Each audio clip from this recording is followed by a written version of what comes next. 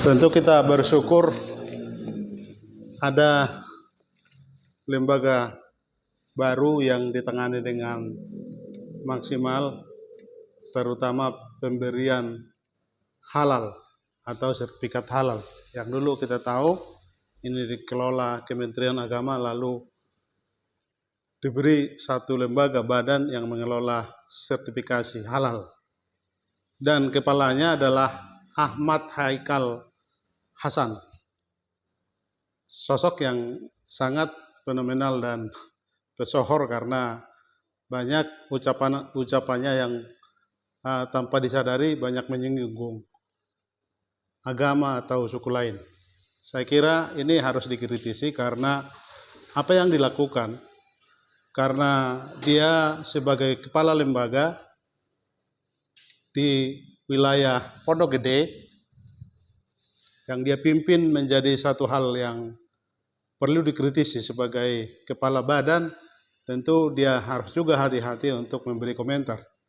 Ketika dia sebut bahwa sertifikasi halal itu harus diberi pada semua produk-produk yang berbau makanan, produk-produk apapun yang diproduksi, baik rumahan, baik mikro, usaha kecil, menengah, ini menjadi menarik dikritisi karena Hasan Haikal ini fenomenal mengucapkan itu.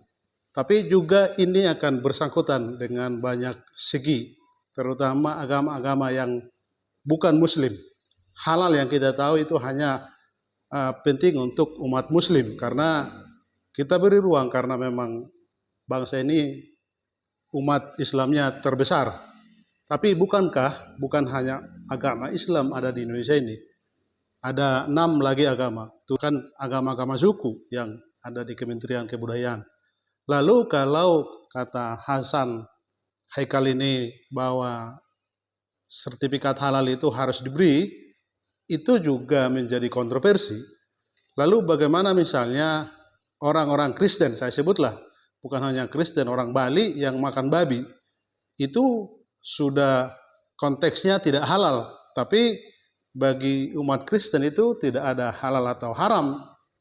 Apakah itu harus disertifikasi? Dan kalau itu disertifikasi dan jadi kontroversi juga, itu artinya berarti daging yang selama ini dianggap haram itu bisa halal. Harus ada sertifikasinya.